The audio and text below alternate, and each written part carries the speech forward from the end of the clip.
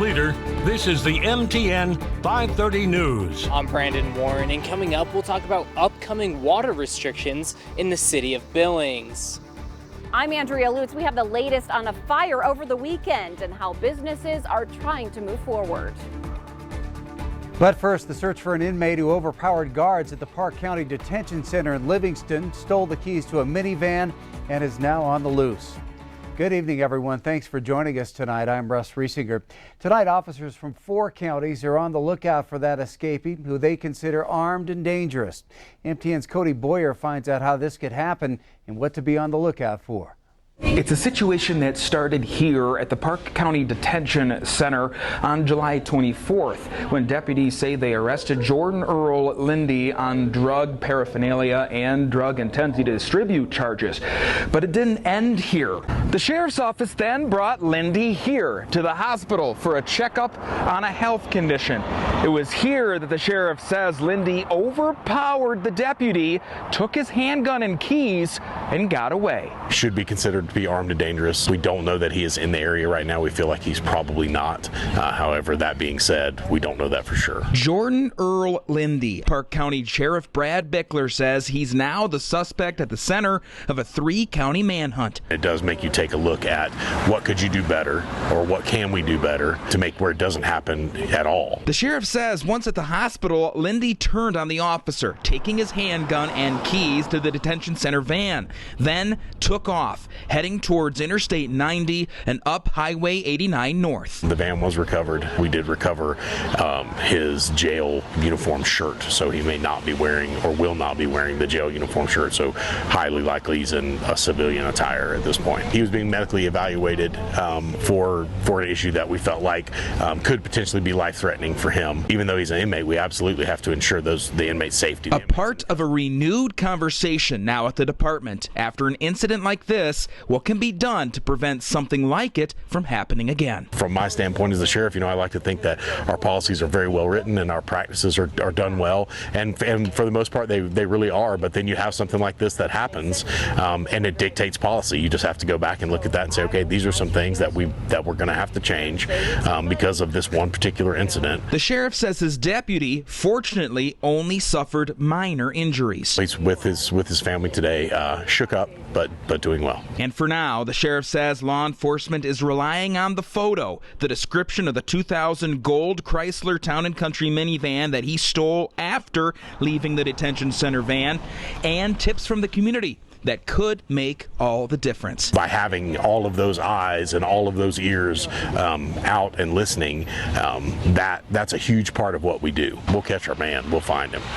That's coming. Now again, Sheriff Bickler says it is important to remember that Lindy is considered armed and dangerous, and any information or sightings of Lindy should be immediately reported to the Park County Sheriff's Office or 911. In Park County, Cody Boyer, MTN News. Well, the investigation into a fire started after the explosion of a Pepsi machine is now in the hands of Billings police. But those involved say this is just the latest fire started in this manner. Here's Q2's Andrea Lutz with how innocent business owners are now paying the price.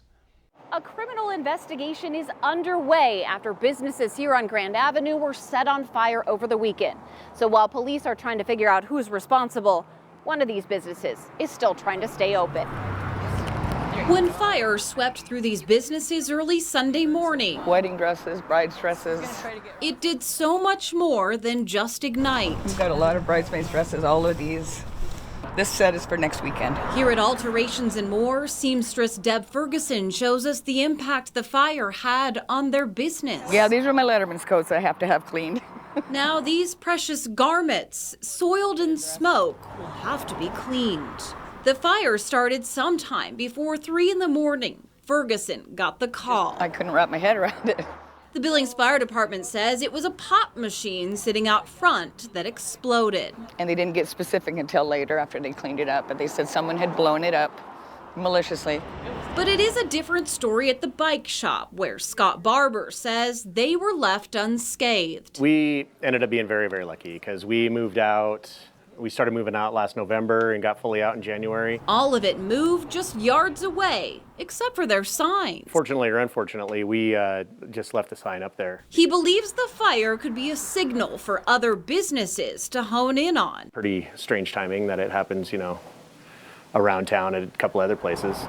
And for the customers who come looking for their garments, Deb says they have a plan. Going to try to get set up in another building as quickly as possible, because we do have a lot of awfully great customers.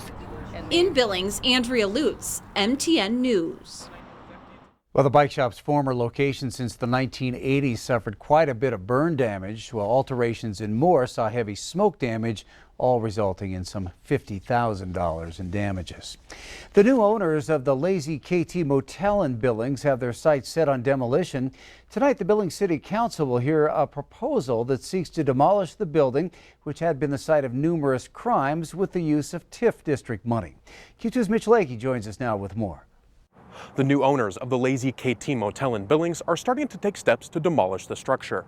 At the Billings City Council meeting Monday night, the motel's new owners, Empire Entrepreneurs, are expected to ask the council for tax increment finance dollars to demolish the structure. Earlier in the month, Empire Entrepreneurs purchased the property for a total of $525,000, according to the TIF application. The group seeks a total of $95,000 to pay for a pre-demo inspection, asbestos abatement, and demolition of the property.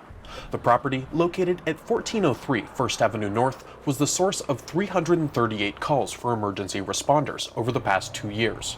According to the council agenda, the new owners seek to demolish it as soon as possible to avoid further vandalism and liability to surrounding property owners. If the council approves the new owners' ask, the East Billings Urban Renewal TIF District will spend about 40% of its yearly project budget on the demolition. Reporting in Billings, Mitch Laggy, MTN News. And Mitch will have a recap of the council meeting tonight at 10 o'clock. Lawn watering restrictions go into place a week from today in Billings because of the drought, which means you may need to change the timing of your sprinklers.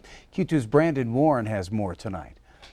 Beginning on August 2nd, the city of Billings, which draws all of its water from the Yellowstone River, will be asking the public to stop watering their lawns on Mondays. It comes as no surprise that people want to make their lawns green, their landscapes green during this hot summer, and we certainly understand that. But it's putting a lot of stress on our system. We're pushing it 90-95% of capacity, and we're doing that day in and day out. The city is currently going through about 50 million gallons of water a day, or about 10 of these tanks. This is pushing their electrical and mechanical systems to the limits.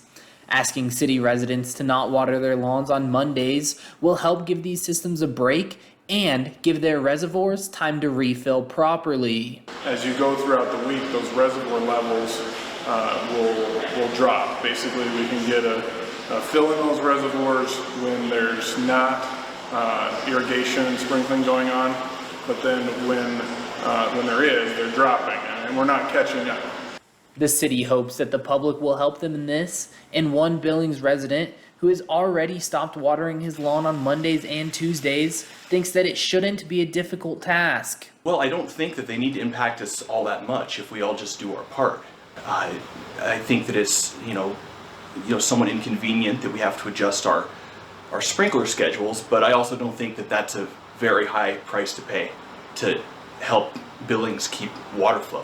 The city will be monitoring the water usage to make sure residents and businesses are complying. In Billings, Brandon Warren, MTN News. Now, if you get your water from a well or use an irrigation ditch to water your lawn, this order does not pertain to you. Now, turning to meteorologist Matthew Hidalgo, who's filling in for Ed McIntosh tonight. Matthew, the story for the next couple of days continues to be the heat, but there is some hope that we might get some relief in the form of rain this week. Yes, another hot day today, and we're not out of the clear just yet. Looking at some reported highs as of right now, Billings, Sheridan, Miles City, and Livingston all making a run for those record-breaking days. Now, we will have an update on these temperatures later this evening, but with more smoke moving into the area, we could see some of these high temperatures be held down just a bit. Now moving on to the short-term headlines, we're going to talk about the heat, the dry conditions, and with the wildfires still burning out west, the haze and smoke is still an issue. But we could see some relief by the middle of the week with the rain in the forecast. Full forecast in just a bit. Back to you, Russ. All right, thank you, Matthew. Montana wildland firefighters still have their hands full as fires continue to explode across Montana. The Devil's Creek fire in Garfield County, which injured 5 firefighters Thursday night, has grown nearly 8,000 acres in the last 24 hours, now sits at 11,000 acres burned. That increased activity has forced the closure of Devil's Creek Road and the evacuation of the Devil's Creek Recreation Area. As of now, there is 0% containment on that blaze, which is being fought by federal and county firefighters. The fire is burning about 36 miles northwest of Jordan and toward the Charles M. Russell Wildlife Refuge in Fort Peck Lake. Recreationists are being asked to steer clear of that area as firefighters work to contain those flames. In western Montana, the Elder Creek fire continues to be a top priority in the entire nation as that fire continues to spread in all directions, and crews believe it will be threatening more than 200 primary structures in the next 72 hours. That fire, which is burning south of Butte and west of Wise River, crossed Elder Creek last night due to high winds and is now burning nearly 9,000 acres on both sides of the drainage. Fire officials say the blaze has the potential for large growth and will threaten numerous structures along Highway 43 and the Pioneer Mountain Scenic Byway. Several evacuation orders and road closures are already in place, and more could follow as that fire spreads. Nearly 400 firefighters are currently battling the flames there. Well, thousands of acres of Montana land are currently engulfed in flames. Those fires are taking out countless trees, forcing animals to relocate, and putting hundreds of homes at risk. Today, MTN's Lindsay Stanger spoke with experts about how these fires are affecting the ecosystems around us. All this tragedy, one unexpected factor that isn't being hit too hard, the environment.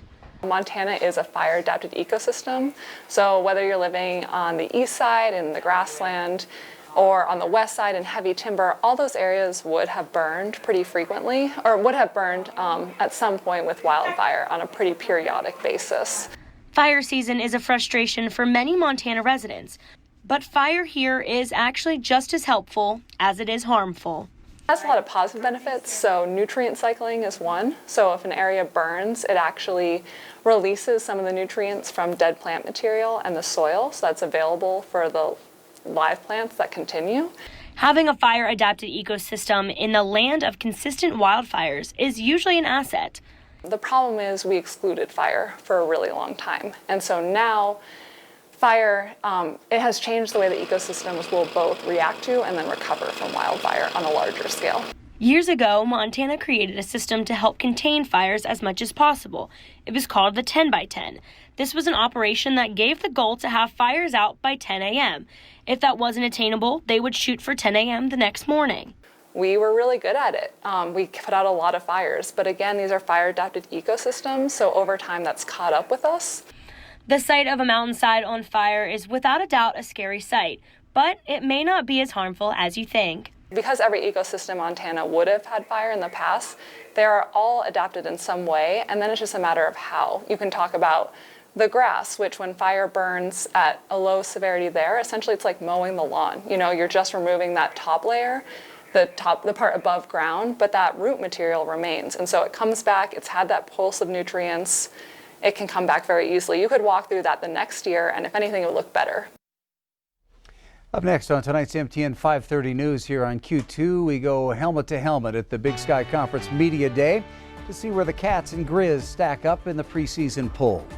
Hey everybody, Scott Breen here. Cheyenne Frontier Days are off to a rockin' start for several Montanans, including one rookie at that event. I'll show you who coming up.